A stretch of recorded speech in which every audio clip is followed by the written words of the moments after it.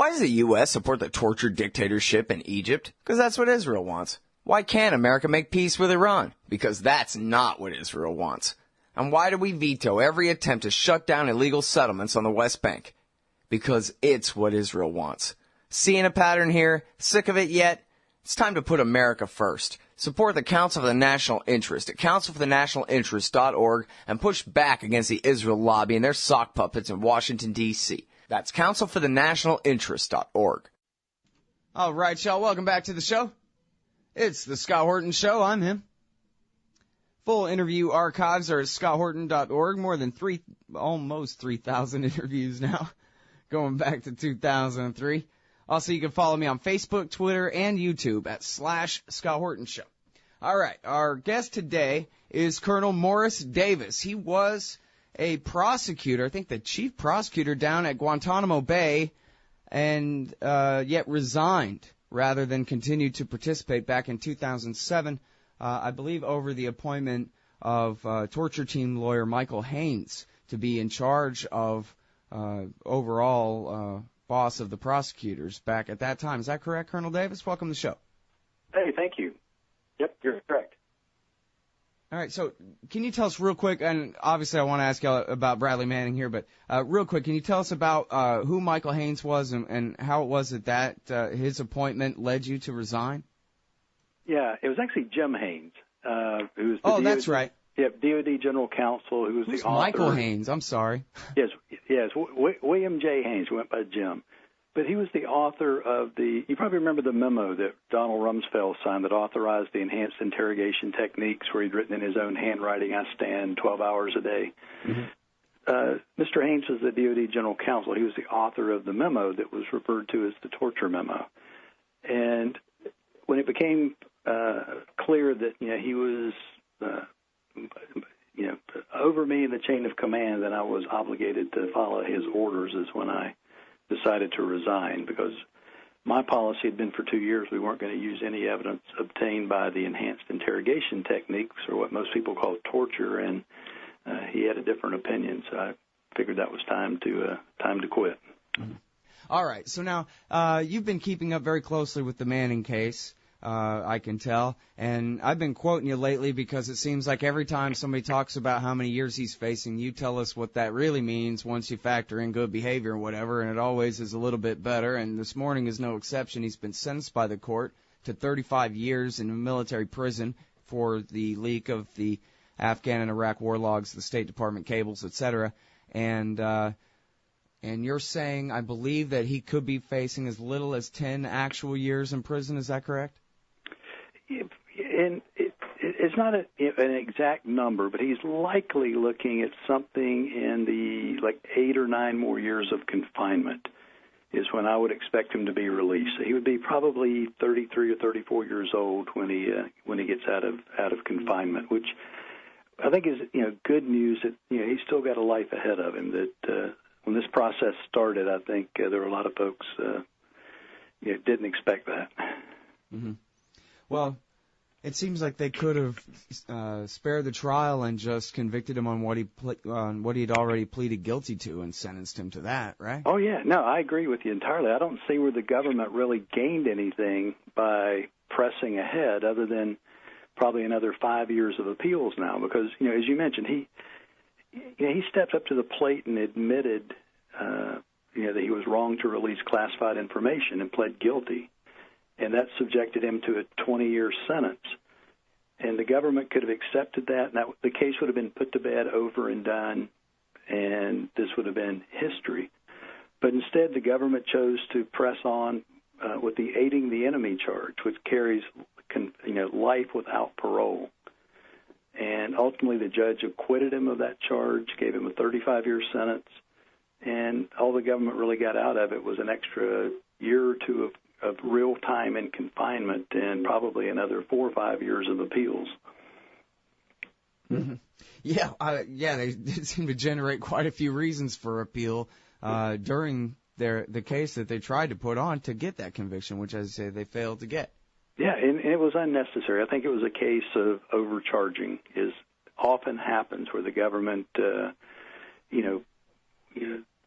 I think they viewed this case at the outset as, if you recall, before the documents were released on WikiLeaks, the government portrayed this as a calamitous event. People are going to die. This is going to be, just a cataclysmic event. And it was kind of like Y2K. We had all this hype about how bad it was going to be, and it kind of came and went, and not much happened. But I think once the government kind of got on that horse, they weren't going to back off, and they pressed it all the way to the end, and ultimately lost on that charge. And I think the final result, I think, at least in my estimation, is a pretty reasonable outcome. All right, now, they certainly failed, as you say, to win the conviction. They failed to prove that the aiding the enemy charge. But I wonder if you think, as close attention as you paid to it, did they prove any actual fact that was in dispute after the initial plea of guilty to the 20 things that he did plead guilty to? Because it seemed from here, and there were not many reporters covering the day-to-day in the newspaper, that kind of thing. So, we do our best here interviewing Nathan Fuller and Alex O'Brien and them. But it seemed from here as though every point that they were trying to win, that they failed on the spreadsheet and on the Guarani video, et cetera, et cetera, et cetera, et cetera. Well, obviously the judge found him guilty of some additional charges under the Espionage Act, and I think that's fertile ground for appeal. I mean, I was an expert witness for Private Manning on the documents from Guantanamo, and I think there's my testimony was there was nothing in those documents, or very little, that I couldn't find open source. So I think there's a lot of fertile ground on appeal to challenge those charges. But you're right. I mean, as far as there being harm, even the government witnesses said they couldn't identify anyone that had been hurt or killed or suffered harm as a result of any of these documents being leaked. So I think it's a case of the government just overcharging and being reluctant to back down when it became apparent that this case wasn't as severe as they initially had forecast. Mm-hmm. Well, and I think they were trying to undermine his entire narrative of how and why he decided to do this by saying that the spreadsheet and the Guarani massacre video proved that he started leaking and preparing to leak long before his narrative, and that therefore he was a secret agent of Julian Assange or whatever kind of thing along those lines, and attempting to really cast him as being dishonest about what it was that he did and when and why that he did it. And was there anything more to that case, and did any of it stand up at all? Well, it doesn't appear to. Now, the judge, didn't have to articulate entirely, what the basis for her findings were. Right. So it's difficult to say what she, found the government proved beyond a reasonable doubt and what they didn't. Although, she did release some written findings, but it's not a full accounting. Again, I just don't see where the government gained much they wouldn't have gotten by just accepting his guilty pleas and putting this case to bed, other than dragging it out for several more weeks and buying themselves several more years' worth of appeals. Mm-hmm. I think as far as deterrent effect, I don't know anybody that knows anything about Private Manning and what he's been through up to this point that says, gee, I wish I could get some of that. So I think the deterrent effect, regardless of what the sentence was today, there had already been that deterrent effect that nobody wanted to be the next Private Manning. Mm-hmm. Okay, now it's the other Scott Horton, that's the lawyer on international law and right. and human rights and all of these things. I'm just some guy, and I'm looking from a position of what just seems like fairness to me. I don't understand the details of the military law, but I wonder if you could help me out, because it seemed to me that on the question of being held for 3 years without a trial, on the question of his pretrial abuse, some would call it torture, you just referred to it, I'll let you expand on that however you like, characterize it however you like, but then also on the issue of the command influence of the Commander-in-Chief, the Secretary of Defense, and the Chairman of the Joint Chiefs of Staff, all, in effect, I would say, commanding the judge to convict him. to find him guilty on something more than he was pleading to by their public pronouncements that he had broken the law, something that Richard Nixon had accidentally done in the Manson case where he wasn't even in the chain of command anywhere, whereas the state case had nothing to do with him being the president. And Nixon, the devil himself, had said, "Oh, my God, I'm so sorry I said that. I take that back. Don't listen to me. I don't know whether he did it or not. Let the court decide." But in this case, it's perfectly fine for the top 3 people in the military chain of command to pronounce him guilty to a military judge, or publicly where she can hear it anyway. All right. Well, it appears to me that, and again, my exposure to the judge was the 4 or 5 hours that I was on the witness stand. It appeared to me that she was pretty independent in making her decision. I mean, it appeared to me she was equally hard on both sides. She found him not guilty of the aiding the enemy charge, which was the real plum that the government wanted. She gave him a 35-year sentence that allows him to likely be a free man by the time he's in his early to mid-30s. So I just don't see where she knuckled under to any government pressure. So I think certainly if I was on the defense side, I would challenge on appeal everything possible, because there's nothing to lose by raising it. But I just don't see where they're likely to prevail on the command influence claim.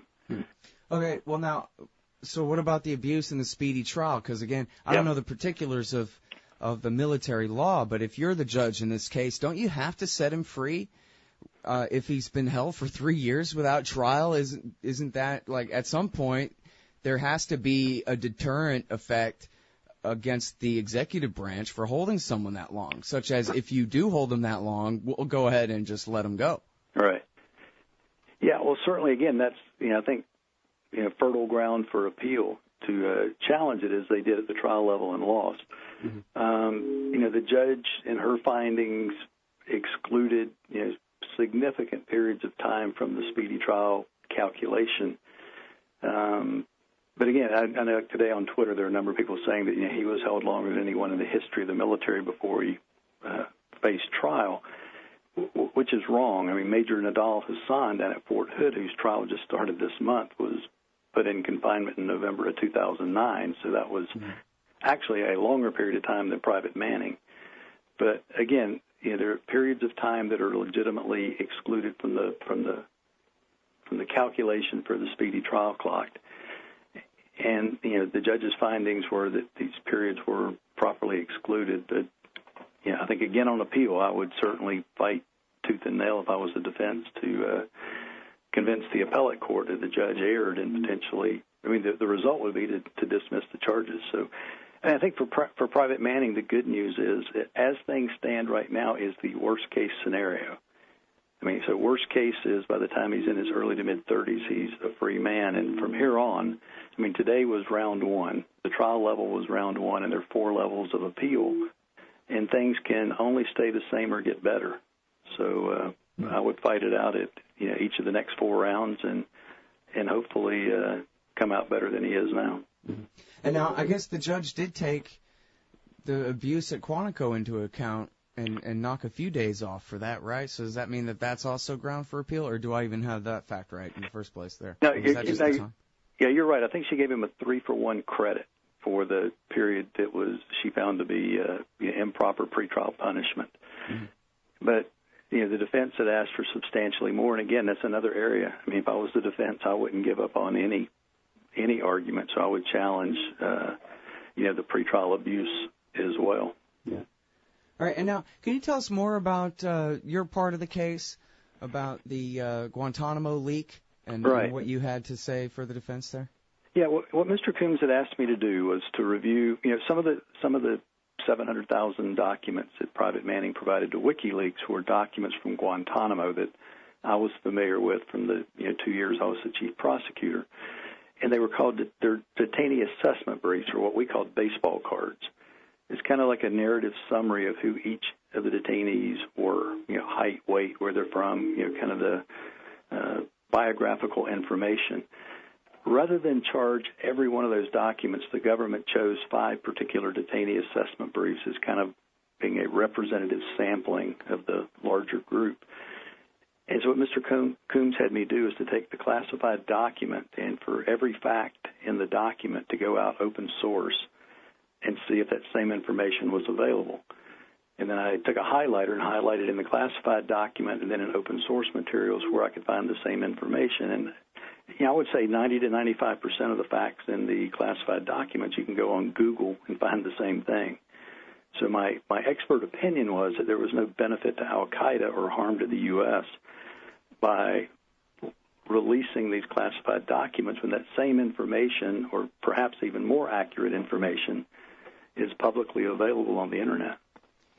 Right, or just down to your local Barnes & Noble. The Guantanamo Files by the great Andy Worthington is for sale. Well, exactly. I couldn't give the names of 3 of the individuals that were part of that group of 5, but as I said at trial, 3 of them, there's a movie about them and how they got from England to... So, any kid with an iPhone in 30 seconds of time can figure out who those 3 people are. So, there was nothing... I think what happened here was it was an embarrassment to the United States, but there's no significant harm. And I think, the government, again, I think just overreached on this and tried to overcharge and make more of it than there really was. Mm-hmm. Well, it's been interesting to me about that on the specifics, and of course, as you said, the very worst case scenario is already over with. It can only get better from here. So I would hate to give the state ammunition in this case or whatever, but it seems to me like they have a good complaint that he got us kicked out of Iraq, and they wanted to stay forever. And you talk about cost to America, it's huge, but they can't admit that it was their corrupt interest that was trying to stay against the insistence and the will of the Iraqi people, was trying to force Maliki to give the immunity deal so that they could stay forever. But one of the WikiLeaks came out at the last minute about the execution of an entire family and the calling in of an airstrike to cover up the evidence that gave Maliki all the cover he needed to say, you know what, thanks, but don't let the door hit you in the ass on the way out. And so they lost Iraq because of Bradley Manning, but they can't claim that they wanted to keep it. So they can't admit that that was harm that came. The only thing that they can do is admit that no particular Iraqi informant ever got hit because his name was in a WikiLeak. They can, they can address that level of damage, and then they're quite right. I wouldn't dispute that, and it does undermine their whole theory as they try to smear Manning and Assange both that they have blood on their hands, blood on their hands, blood on their hands. They really don't have any evidence of that. Right. But they do have the loss of Iraq. They have the loss of the Mubarak dictatorship, well, at least for 2.5 years in Egypt. That cost America bloody, too, in a way. But they can't claim that. We lost a dictatorship for 2.5 years, that darn Manning. And so here he's undermined America's illegitimate interests around the world, all over the place, where they can't complain about it with a straight face. Isn't that fun? Yeah, I know. I mean, I think there's certainly... both with Manning, with Edward Snowden, there are going to be years and years and years of debate over how history will view them. And I think I can tell you, like with Manning, to me there appeared to be 2 camps. There was one camp that says, you got to get a medal in a ticker tape parade, and another that says you got to get a firing squad. I think I'm between the two. I mean, I signed the same security paperwork that he signed, that Edward Snowden signed, and there are no ifs, ands, or buts about releasing classified information, and he pled guilty to that and took responsibility for it. But I think as far as, the way the government tried to portray this and the harm, as you said, even the government witnesses at trial said they couldn't identify one single person that was harmed or died as a result of this information. So, again, I think you got to keep it in context, and I think the government tried to blow it out of context, and the judge did a reasonably decent job of giving it some reasonable perspective. Mm-hmm. Well, it's interesting, too, that they talk about Manning's kind of his leak as being indiscriminate, and after all, it was so many documents and pages that he couldn't possibly have read it all before he leaked it, kind of thing. But that, to me, sort of seemed like it was beside the point, and we found out from his guilty plea statement that he actually did have access to top secret information, including sources and methods and named names and information that very well could have gotten Americans killed. And he didn't leak. He very specifically chose not to leak that stuff, but instead only leaked the secret and confidential level stuff that would tell the truth about what's happening here, but not at such a classified level where he's getting anybody hurt. And that was a very deliberate decision that he made to, go through some of the documents anyway and see what it was that he was doing, and definitely not leak the kind of stuff that could get people hurt. Right. Yeah. Again, at trial, even the government witnesses, kind of the star witnesses was, Lamo, the guy that he was having the online chats with that turned him in. I mean, even he said that, there was never any discussion about, Manning being, mad at America or wanting to help Al-Qaeda. That, all the discussion was that, he was concerned about the conduct that he was seeing taking place in the war.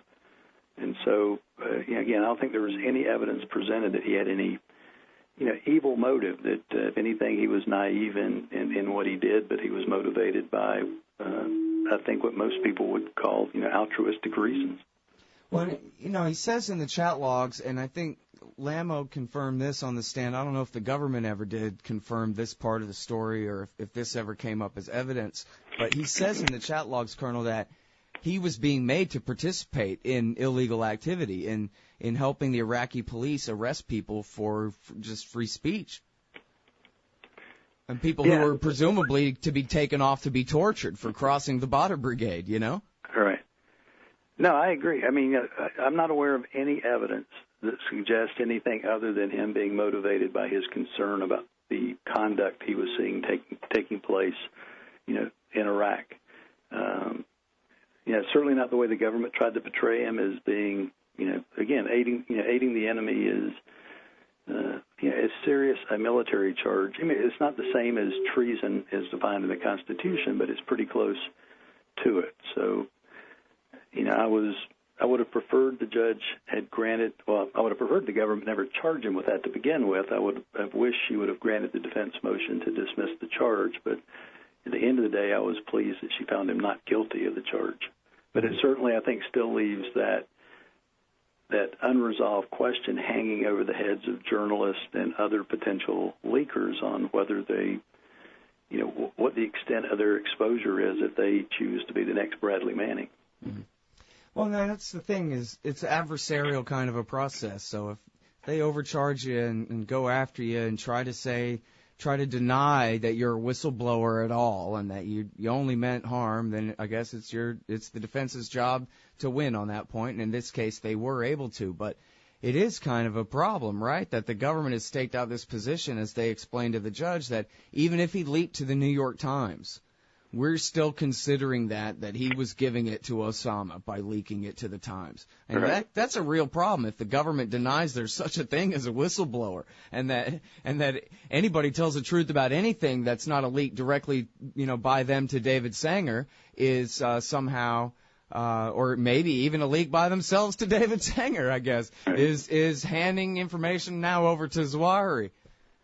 Yeah, I mean, if you look at the extraordinary steps that our government has taken in the Snowden case, where we get our lapdog allies in Europe to force, a head of state to land his airplane when they made Evo Morales land because they thought Snowden was on the plane. Or if you look at what England, did over the weekend, where they detained, Glenn Greenwald's partner, for 9 hours under the auspices of their terrorism statute, or making the Guardian destroy the hard drives of their computers. So, we talk about the war on terrorism, but it seems more like a war on information. That this fear of the public being informed and knowing what their government doing, it seems to be a bigger fear for the government than terrorism itself. Mm. Okay, and now one last question here, real quick. I meant to ask you before, but I spaced out. What is this about military law where the judge can help the prosecutors rewrite the charges at the end of their case so that they'll fit? Yeah, it's not. I mean, military law is its own unique creature, but there is, I can't say it's common. It doesn't happen in every case, but it's not uncommon for a judge to. It's findings by exceptions and substitution, which is basically rewriting the charge to conform to the evidence. I mean, I know it looks odd, but I can tell you my 25 years of experience is not uncommon for that to happen. Well, that's just mean. I would think that that's excluded. You couldn't do that in a regular court, or maybe you could nowadays, but that sounds like the kind of thing that would be banned by Article 1, Section 9. No, under military law, it's permissible to have findings by exceptions and substitution. I mean, it can't be like a totally separate.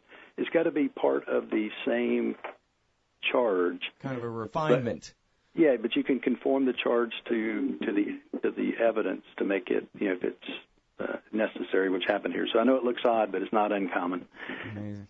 All right. Well, listen, thank you very much for your time today, Colonel. I appreciate it. Yeah, happy to do it. Take care. All right, everybody. That's Colonel Morris Davis. You can follow him on Twitter at Colonel Morris Davis. We'll be right back after this. Hey, y'all, Scott Horton here for Braswell Business Communication Services at FusePowder.com. Braswell Communications can provide a credentialed media presence for your company at industry conferences and trade shows, as well as support services and consultation for publishing, editorial and technical writing, business-to-business and marketing communications, research, and information campaigns. Braswell also does website development and complete web content maintenance to include voiceover audio and copywriting. Strengthen your business. FusePowder.com. Hey y'all, Scott Horton here for WallStreetWindow.com. Mike Swanson is a successful former hedge fund manager whose site is unique on the web. Subscribers are allowed a window into Mike's very real main account and receive announcements and explanations for all his market moves. The Federal Reserve has been inflating the money supply to finance the bank bailouts and terror war overseas. So Mike's betting on commodities, mining stocks, European markets, and other hedges against our depreciating dollar. Play along on paper or with real money, and then be your own judge of Mike's investment strategies. See what happens at WallStreetWindow.com. Hey everybody, Scott Horton here for The Future Freedom, the Journal of the Future Freedom Foundation at fff.org/subscribe. Now, you know they publish great articles at fff.org every day, but their best stuff goes in The Future Freedom. It's just $25 a year for the print edition, $15 to read it online, and I got a new one coming out in September in there, U.S. Responsible for Somalia's Misery. Support FFF. Sign up for The Future Freedom at fff.org/subscribe and tell them Scott sent you. Hey, all, Scott here, inviting you to check out Modern Times Magazine at moderntimesmagazine.com. It's a great little independent publication out of Phoenix, Arizona, featuring unique views on economics, politics, foreign policy, sports, and music, with great art scene coverage and fiction writing as well. That's Modern Times Magazine at moderntimesmagazine.com. Hey, y'all, Scott Horton here for Rocky Mountain Miners at RockyMountainMiners.com. Ever wanted to destroy the Federal Reserve System? Now's your chance. New free market currencies are making our fake government money a thing of the past, and good riddance. If you want to mine new bitcoins and litecoins into circulation, you need a computer set up to crack the codes to the new coins. Get the Prospector from RockyMountainMiners.com. It's ready to do the work right out of the box. Crack the equations, spend the money. Use promo code Scott Horton Show and save $100. Get all the info and get the Prospector at RockyMountainMiners.com.